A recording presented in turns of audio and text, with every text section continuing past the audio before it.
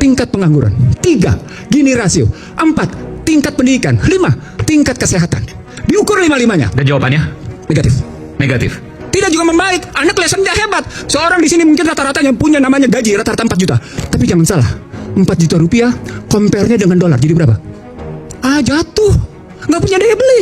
Itu makanya data terakhirnya, Pak Yandi, data terakhirnya orang tidak bisa menghindar dengan pernyataan jatuhnya kelompok menengah bawah, dari menengah atas, menengah ke bawah sebanyak 10 juta. 9 sampai 10 juta. Satu. Yang kedua, orang tidak bisa menolak kenyataan bahwa sejumlah industri mengalami deindustrialisasi. Diakui oleh Burhanuddin Abdullah. Padahal ini kajian kami tahun 2010 bahwa telah terjadi deindustrialisasi dini. Yang paling menarik, Aiman, Bank Dunia menyatakan bahwa kendati Joko Widodo ngebangun yang namanya infrastruktur, biaya logistik menurun hanya 0,3. Apa poinnya? Sri Mulyani bilang, iya, kita tidak bisa bersaing dengan negara tetangga soal biaya logistik. What's the point? Tidak ada artinya pembangunan yang namanya infrastruktur kalau logistik tidak bisa bersaing. Indikator berikutnya, PMI per hari ini bahkan indeks keyakinan konsumen menurun. Nah, poinnya kalau bicara tadi balik ke geng, saya bilang tadi nih, ini bukan soal geng dalam pengertian negatif.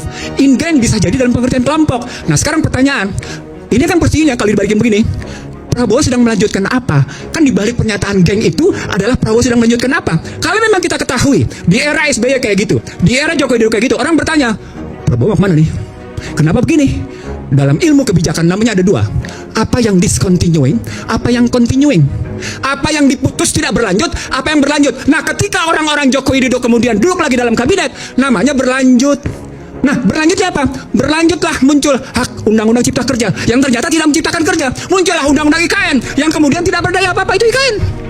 Muncullah undang-undang kesehatan yang membuat rakyat Indonesia sesungguhnya tidak punya kedaulatan dalam kesehatan. Artinya harus ada dunia. Perubahan radikal.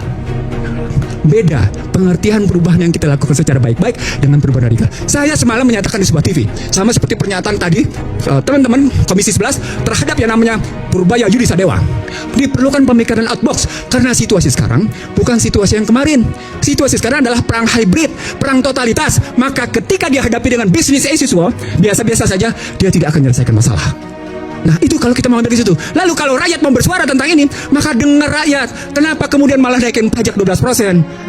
Masalah, kenapa kemudian malah mengurangi transfer ke daerah dari 25%, dari 27 sampai 29, turun dia menjadi 25, turun dia sekarang menjadi 20%. Berat. Padahal namanya, tahu nggak? Hari ini berita apa?